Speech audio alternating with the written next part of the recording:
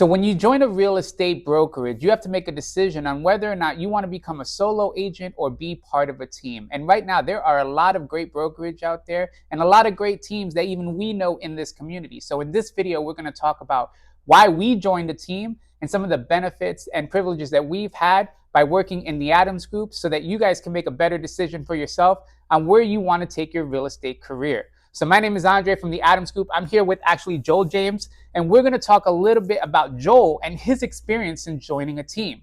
And so we're going to get firsthand insight on whether or not it makes sense and what has been the benefit in his life. So Joel, welcome, man. Thank you, Andre. Thank you for inviting me. This is kind of like a little bit of an uncomfortable situation. This is not something that I'm used to, but you have to get used to doing the uncomfortable in order to grow and succeed. So thank you for inviting me, and thank you for making me do this. Yeah, no, absolutely, man. And I remember when I joined the team, you were the first person that I actually shadowed and learned a lot from in terms of like not only how to just set up my CRM, but also like all of the different elements of real estate. And so, this happens to be a little bit more natural for me, but I was in your world when I was coming in. So I learned a lot from you. So I'm really thankful that you were able to sit down. So you started, and we're not going to talk brokerages, but did you start as an individual agent or did you start as a team agent? So I started in my career in 2019, May. I started with a different brokerage as an individual agent. I didn't know anything about real estate really, other than I took the class, I passed the test the first time, and I'm a real estate agent now. I interviewed 3 different brokerages. One of them was EXP. EXP was still kind of young at the time, and I just didn't feel like they had the infrastructure just yet. So I went with a big name known for training and development and stuff. So I started out as an individual agent. Okay. So what was your experience like in the first year as an individual agent? What did you find out right away that you're like, whoa? School does not prepare you for this. Okay. For the real world of real estate, I'd say 90% of the information that you get is more to pass a test and a little bit of knowledge base, but doesn't really prepare you on how to write contracts, where all the addendums are, what they mean. So that was something that was a big learning experience. When I joined that first brokerage, I dove all into their training and stuff like that. So that was awesome. They had tons of training, daily classes, people that you could call on. Just wasn't exactly what I was looking for at the time. Exactly. And so in your first year, production-wise, because I think that's ultimately, training is great, and you want to have the mentorship, you want to have a broker or a team lead that's very engaged, but like volume-wise, how did that first year look for you? So again, first year, just kind of deer in the headlights. My first full year in real estate, and I'm not ashamed of it. This is kind of like the average agent, so I was the average agent. Right. I sold 1 house my first year, and that didn't come till May, so almost towards the end of my very first year in real estate. And now for context, we were talking before we went live. You did 30 units about last year on the team? Did 30 units on the team last year. It just kind of has to go back to the beginning. So, my first full year, again, I kind of flopped a little bit. But I was still committed. I was still trying to do this. Like a lot of other people, I had to get a full-time job. My little nest egg money that I had set aside to go into this endeavor kind of started dwindling. So I had to put my family first. Gotcha. And get a full-time job. So I did that, try to do real estate on the side. And that's about the time I met James. Funny enough, James is probably a month longer in real estate than I have. But some of the difference between me and James is he started on a team. I started as an individual agent. Right. His first full year, he did 26 transactions where I did 1. Right. So that really kind of opened up my eyes. I talked to James about, possibly joining a team and kind of going that direction. And once I got with James, got the right people around me to show me exactly what I needed to do, this prospecting, marketing, the other pieces of it that you're supposed to do as an agent, that I wasn't having anybody hold me accountable. That's the other piece, is having somebody hold you accountable.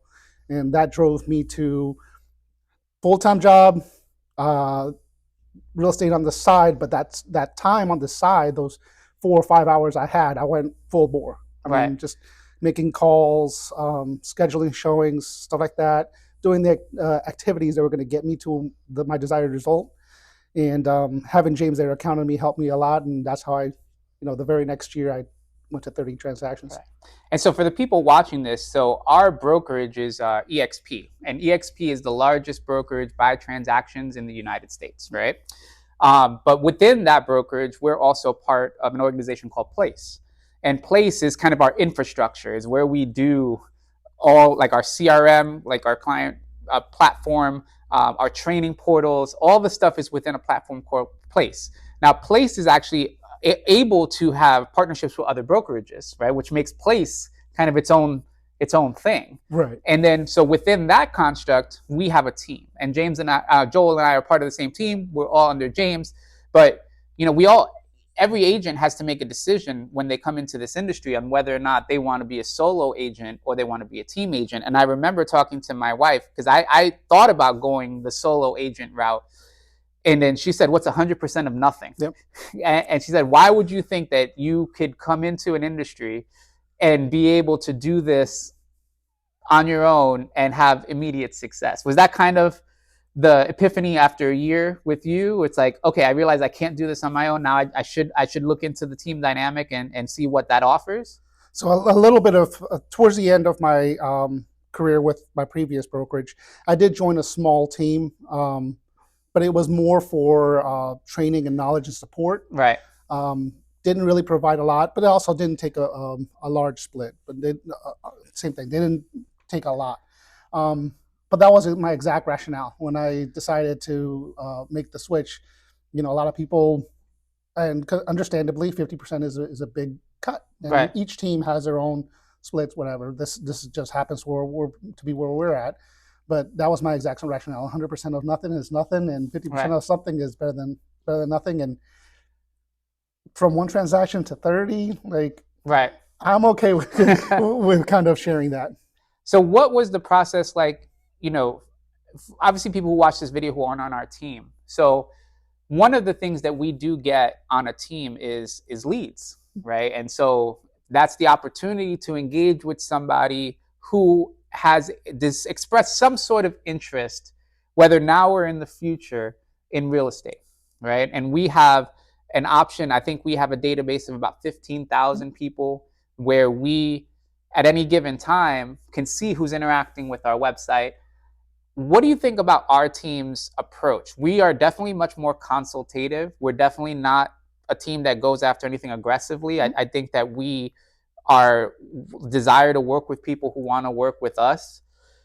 How much has that really influenced your ability to stay on the team for as many years as you've had? So I've always been somebody that loves helping people, but I'm not super high pressure. And we have, as a team, we all kind of have the same mentality. And that's part of the reason I do stay here with the team, is we all have the same mentality, same core beliefs, and just helping people. I want to be that guide for the person. Like, they're the one that's taking that journey. They're the ones that are gonna, ultimately find the house, live in it. I just want to be their guide and use my resources, my knowledge, what I've been able to do to help them get there. But yeah, from calling people, just getting an update on how they felt about the house, even if they saw it online, like, nothing super pressing. We just asked them a simple question. Well, how did you feel about the pictures, and how did you feel about the price? Right. And I've found, even in my time here, that approach really resonates with me, because at the end, we're trying to make sure that people make a really, really informed decision. And so that's that piece of the equation. And then you go into the other side, which is transaction, which is something that if you were a solo agent, you'd be responsible for your own soup to nuts transaction, and actually building the infrastructure. Because I think a lot of people don't realize that it's not just about showing someone a home. It's also about, when you write the contract, making sure that the language is accurate, making sure that any addendums say the right thing. You have to have a quality home inspector. You have to have access to a quality lender. You have to have resources in place that are trusted, right? And so on our team, we already have that kind of built out. Did that make everything a lot easier when it came to writing and just kind of working with clients, that you knew that the infrastructure was already in place? Absolutely. That is one of the biggest blessings we have on the team, is from Jennifer, our transaction coordinator, who handles a lot of our back end work, communication with the title company, lenders, the clients, making sure that everybody gets every client gets attention and not gets passed up or ignored, Right. or oftentimes we're out on the field working, and I'm glad that we have that infrastructure to that I can rely on, that'll Right. make sure that my client's taken care of. Absolutely. So, a lot of people who are going to watch this video are going to be people who are in school to be an agent, or maybe you're thinking about becoming a real estate agent. And, now that you've done both, which is you've been a solo agent and you've been a team agent, what do you wish you knew back then that you can give some wisdom to somebody who's in school right now for this? So, like I mentioned earlier, school doesn't completely prepare you for real estate, but learning how to prospect, learning how to time manage, that's also huge. Is making sure that you're committed to what you need to do. Like if I had to do it all over again, having somebody hold me accountable, being on a team would be definitely my priority. Showing me how to do everything I need to do, the accountability piece, the infrastructure, the having that back end support really helped. Right. I was talking to an agent that was considering starting their own team, Right. and he asked us about what how do you convince agents basically, Right. or how do you talk to agents about joining the team? And we got through talking, and he's like, "Man, it's like a 50% split comes pretty heavy. Like most people can't rationalize that." And I said, "I understand that. Let me ask you a question. Like, do you have your numbers down to a science? Do you know how much you're spending on marketing? Do you know how much you're spending on prospecting?" And he actually did. And if you don't, you should Right. make sure you track all that. But he was about 35% of his commission was allocated towards marketing, um, towards lead generation, all that good stuff. And I'm like, well, when you're talking to an individual agent, you're providing that essentially at 35%. So really, at this point, you just need to rationale the 15%. You're bringing the leads, you're bringing your coaching. Right. When you break it down like that, that 15% is not really that big. Right. And I echo that sentiment, and I'll add a little bit to it. I think when you're looking at a brokerage or a team, you need to make sure that the style and environment fits your personality and fits Yep. your approach. And I think that having the right mentor, because I think as a newer agent, what you're trying to do is accelerate learning. You're Mm-hmm. trying to take this learning curve, which is steep, and make it as smooth as possible so that you can ramp up into a business. Because at Right. the end of the day, and I would say this to all agents looking, if you look at this as a job, you're already 3 steps Yeah. behind. You are an entrepreneur, Yep. and you're making a choice as an entrepreneur to partner with someone for the benefit of your business, because you're trying to get your business off the ground as quickly as possible so that you can become profitable. Right. And so the profitability piece is where it goes back to what's the 100% of zero, right? Because if you have to start a business that you don't know anything of from scratch, and there have been people who have done it, but it's an exception, not the norm. There are very few people who have been able to, from nothing, maybe they had strong marketing backgrounds, maybe they just had something that got them off the ground quickly. But for the average individual agent, they're coming in and they need that runway, right? That runway to be able to do that. So as much as being on a team has been valuable, it's also being on the right team with the right coach, with the right agent, understanding what it is that they're going to be offering, what it is that on your own personal profit and loss statement, like what am I getting for that investment, because it is an investment. Yep. You are investing your resources back in so that it can make your life simpler, right? And so and I do that all the time. I analyze my deals and I'm like, what deals would I have not had if it wasn't for being on the team? I would have never had access to these individuals, and I would have had to generate that on my own. And so, I appreciate you sharing this, because I think, you're been on the team now, what, 4 years? 4 years. 4 years, right? Doing more volume, 5 or 6 times more volume than the average agent on a year-to-year basis. People are making these decisions or not sure where to go. There's a lot of information when you're a newer agent to go like, oh, what about this brokerage? And what does this all even mean? So I'm hoping that this video gives you some clarity about the benefits. And if there's still questions that you don't have, you could always reach out to us here. I'll put my number on the screen. As always, thank you guys for joining us. Thank you, Joel, for staying with us and just answering some questions. So thank you for having me. But just for my final thought, I'd like to say we're not saying that somebody can't do it on their own. Right. Absolutely. There's plenty of agents out there. There are individual agents out there.